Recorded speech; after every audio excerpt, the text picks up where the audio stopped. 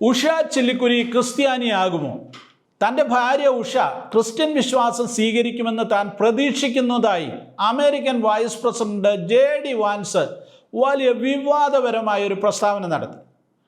Turning point USA എന്ന സംഘടനയുടെ ഒരു പരിപാടിയിൽ വെച്ച് വാൻസ് പറഞ്ഞ ഈ പ്രസ്താവന ലോകമെമ്പാടും പ്രത്യേകിച്ച് അമേരിക്കയിലെ ഹിന്ദു സമൂഹത്തിൽ വലിയ ചർച്ചകൾക്കാണ് വഴിയൊരുക്കിയത്.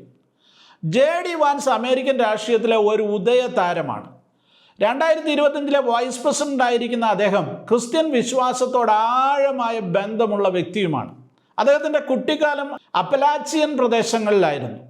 അവിടെ വാൻസിൻ്റെ കുടുംബം പ്രൊട്ടസ്റ്റന്റ് പാരമ്പര്യത്തിലാണ് ജനിച്ചു വളർന്നതെങ്കിലും പതിവായി പള്ളിയിൽ പോകുന്ന ഒരു ആത്മീയ താല്പര്യമുള്ള കുടുംബമൊന്നും ആയിരുന്നില്ല.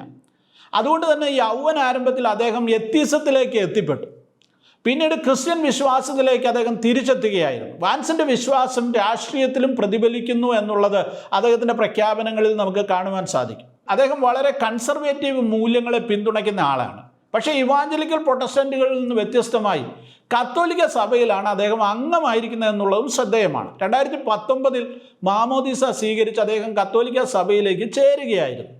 ഒരു ഇന്ത്യൻ ഹിന്ദു കുടുംബത്തിൽ ജനിച്ചു വളർന്ന ഉഷ ചില്ലിക്കുരി ഒരു പ്രാക്ടീസിങ് ഹിന്ദുവായി തന്നെ തുടരുന്നു എന്നാണ് നമ്മൾ മനസ്സിലാക്കേണ്ടിയിരിക്കുന്നത്. എന്നാൽ അവരുടെ മക്കൾ ക്രിസ്ത്യൻ വിശ്വാസത്തിലാണ് വളർത്തപ്പെടുന്നത്. ഞായറാഴ്ചകളിൽ വാൻസും ചില്ലിക്കുരിയും ഒന്നിച്ച് മക്കളുമായി പള്ളിയിൽ പോകുന്നു. മക്കൾ ക്രിസ്തീയ സ്കൂളുകളിലാണ് പഠിക്കുന്നത്. വാൻസ് പറയുന്നത് ഉഷ ഒരു അഗ്നോസ്റ്റിക് ആണെന്നാണ്. എന്നാൽ ഉഷ തന്നെ തൻ്റെ ഹിന്ദു വിശ്വാസത്തെക്കുറിച്ച് പരസ്യമായി സംസാരിച്ചിട്ടുണ്ട്. അവർ പറയുന്നു, മതങ്ങൾ തമ്മിലുള്ള വ്യത്യാസമുണ്ടെങ്കിലും ഞങ്ങളുടെ കുടുംബജീവിതം പൊതുവായ മൂല്യങ്ങളിൽ അധിഷ്ഠിതമാണ്. ഞാനൊരു ക്രിസ്ത്യാനിയാകാൻ ഇപ്പോൾ പദ്ധതി ഇട്ടിട്ടില്ല. പക്ഷേ ഇന്റർഫെയ്ത്ത് ബന്ധങ്ങളിൽ ഇത്തരം പ്രതീക്ഷകൾ പങ്കാളികൾക്കുണ്ടാകുന്നത് സ്വാഭാവികമാണ്. വാൻസിൻ്റെ വിവാദപരമായ പ്രസ്താവനയ്ക്ക് ശേഷം ഉഷയുടെ പ്രതികരണം ഇതായിരുന്നു. അമേരിക്കയിലെ ഹിന്ദു സമൂഹം ഉഷയെ തങ്ങളുടെ പ്രതിനിധിയായി കാണുന്നു എന്നുള്ളതും ശ്രദ്ധേയമാണ്. അതിനാൽ തന്നെ വാൻസിൻ്റെ പ്രസ്താവന വലിയ വിവാദമാണ് ഉണ്ടാക്കിയത്. ഹിന്ദു അമേരിക്കൻ ഫൗണ്ടേഷൻ പോലുള്ള സംഘടനകൾ ശക്തമായ ഭാഷയിൽ വാൻസിൻ്റെ പ്രസ്താവനയെ വിമർശിച്ചു. ഇത് ഹിന്ദു വിരുദ്ധതയാണ്, ഉഷയുടെ വിശ്വാസത്തെ അനാദരിക്കലാണ് എന്നൊക്കെയാണ് അവർ പറഞ്ഞത്. സോഷ്യൽ മീഡിയയിൽ ഹിന്ദുഫോബിക് എന്ന ആരോപണങ്ങൾ വ്യാപകമായി ഉയർന്നു. എന്നാൽ വാൻസ് അതിനെക്കുറിച്ച് വിശദീകരിച്ചത് ഇപ്രകാരമാണ്: ഇത് ആൻറ്റി ക്രിസ്ത്യൻ ബിഗോട്രിയാണ്. ഞാൻ എൻ്റെ വിശ്വാസം പങ്കുവെക്കുക മാത്രമാണ് ചെയ്യുന്നത്. ഒരു ക്രിസ്ത്യാനിക്ക് തൻ്റെ വിശ്വാസങ്ങൾ പങ്കുവെക്കുവാനുള്ള അവകാശമുണ്ടെന്നും അതിനെതിരെ ആരെങ്കിലും വിമർശനങ്ങൾ ഉയർത്തുന്നത് മതവിരുദ്ധതയുമാണെന്നും വാൻസ് തൻ്റെ ഉറച്ച നിലപാട് വ്യക്തമാക്കിക്കൊണ്ട് പറഞ്ഞു. എന്നാൽ സോഷ്യൽ മീഡിയയിൽ ഹിന്ദു സമൂഹം ചോദിച്ച ചോദ്യം ഇതാണ്: വാൻസ് എന്തുകൊണ്ടാണ് ഹിന്ദു വിശ്വാസത്തിലേക്ക് വരുന്നതിനെക്കുറിച്ച് ചിന്തിക്കാത്തതെന്ന്. മറ്റു ചിലർ പറഞ്ഞത്, അടുത്ത പ്രസിഡന്റ് തെരഞ്ഞെടുപ്പ് വരുമ്പോഴേക്ക് ക്രിസ്ത്യൻ വോട്ടർമാരെ ആകർഷിക്കാനുള്ള കാലേ കൂട്ടിയുള്ള വാൻസിൻ്റെ ഒരു രാഷ്ട്രീയ തന്ത്രം മാത്രമാണ് ഈ പ്രസ്താവന എന്നാണ്. 2028 പ്രസിഡന്റ് തെരഞ്ഞെടുപ്പിൽ വാൻസ് സ്ഥാനാർത്ഥിയാകാൻ സാധ്യതയുണ്ട്. അമേരിക്കയിലെ ഇവാഞ്ചലിക്കൽ സമൂഹമാണ് അല്ലെങ്കിൽ പ്രൊട്ടസ്റ്റന്റ് ക്രിസ്ത്യാനികളാണ് റിപ്പബ്ലിക്കൻ പാർട്ടിയുടെ പ്രധാന പിന്തുണക്കാർ. വാൻസിന് ഈ ടേണിംഗ് പോയിന്റ് USA പോലുള്ള ക്രിസ്ത്യൻ കൺസർവേറ്റീവ് മൂവ്മെൻറ്റുകളുമായും ഗ്രൂപ്പുകളുമായൊക്കെ വളരെ അടുത്ത ബന്ധവുമാണുള്ളത്. എന്നാൽ അദ്ദേഹം കാത്തലിക് ആയതിനാൽ ഇവാഞ്ചലിക്കലുകൾക്ക് ചില സംശയങ്ങൾ ഇദ്ദേഹത്തെക്കുറിച്ച് ഉണ്ടായേക്കാം. പ്രത്യേകിച്ച് ഉഷയുടെ ഹിന്ദു വിശ്വാസം പ്രസിഡന്റ് റണ്ണിൽ വാൻസിനെ പ്രതികൂലമായി ബാധിക്കാൻ സാധ്യതയുണ്ട്.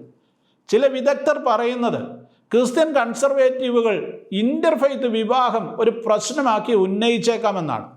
പ്രത്യേകിച്ച് വാൻസ് പരസ്യമായി അവർ ക്രിസ്തുമതം സ്വീകരിക്കുമെന്നൊരു പ്രതീക്ഷ പ്രകടിപ്പിച്ച സാഹചര്യം കൂടെ ഉള്ളതുകൊണ്ട് അതിന് സാധ്യത കൂടുതലാണ്.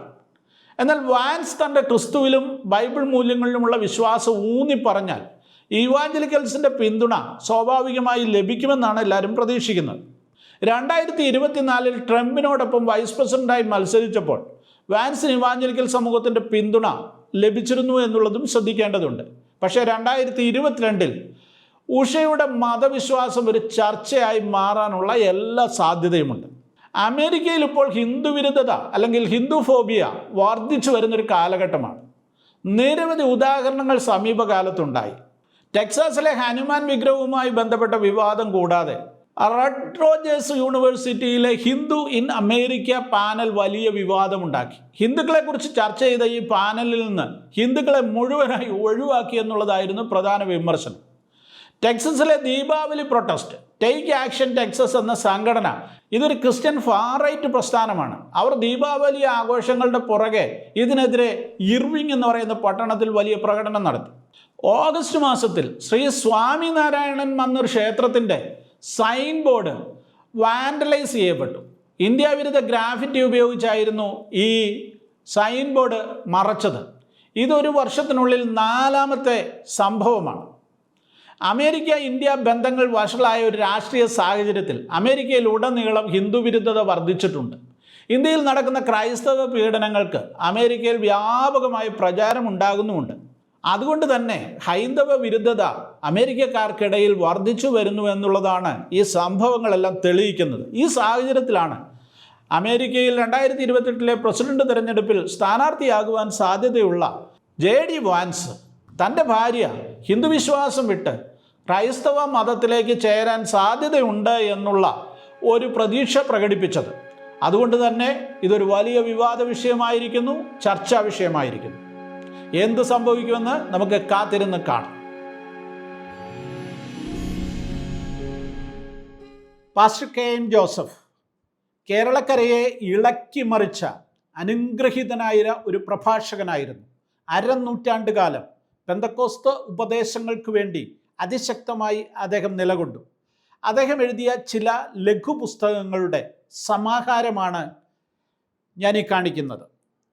കന്യകാമറിയം, പൗരോഹിത്യം, സ്നാനം, പെന്തക്കോസ്ത്, ഈ 4 ലഘുപുസ്തകങ്ങൾ ഒന്നിച്ച് ഒരു പുസ്തകമാക്കി മാറ്റിയിരിക്കുന്നു.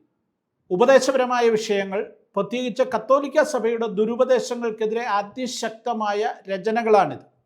ഈ ഗ്രന്ഥം വേദപഠിതാക്കൾക്ക് ഏറെ പ്രയോജനപ്പെടുന്നതാണ്. 150 രൂപയാണ് ഈ പുസ്തകത്തിൻ്റെ വില.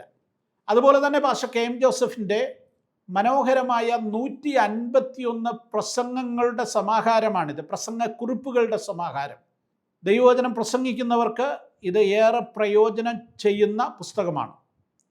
ഇതോടൊപ്പം മറ്റ് 2 പുസ്തകങ്ങൾ കൂടെ ഞാൻ നിങ്ങളെ പരിചയപ്പെടുത്തട്ടെ. ഇന്നും നാം സാത്താൻ്റെ തന്ത്രങ്ങളെ അറിയാത്തവരോ, ലഫ്റ്റനന്റ് കേണൽ ഏബ്രഹാം PV എഴുതിയിരിക്കുന്ന മനോഹരമായൊരു പുസ്തകം. ഇത് ഞാൻ തന്നെ രചിച്ചിട്ടുള്ള ലേഖനങ്ങളുടെ സമാഹാരമാണ്, ബ്ലാക്ക് ആൻഡ് വൈറ്റ്. ഈ 4 പുസ്തകങ്ങൾക്കും ഓരോന്നിനും 150 രൂപ വീതമാണ് വില. ആകെ 600 രൂപ. എന്നാൽ ഇപ്പോൾ ഈ പുസ്തകങ്ങൾ ഒന്നിച്ചെടുക്കുന്നവർക്ക് പകുതി വിലയ്ക്ക്, അതായത് 300 രൂപയ്ക്ക് ഈ പുസ്തകങ്ങൾ ലഭിക്കുന്നു. ഇതോടൊപ്പം സ്ക്രീനിൽ കൊടുത്തിട്ടുള്ള ആ വാട്സപ്പ് നമ്പറിലേക്ക് 4 ബുക്സ് എന്ന് ടൈപ്പ് ചെയ്ത് നിങ്ങളുടെ അഡ്രസ്സ് അയയ്ക്കുക. നിങ്ങൾക്ക് ഈ പുസ്തകങ്ങൾ ബൈ പോസ്റ്റ് അയച്ചു തരുന്നതായിരിക്കും.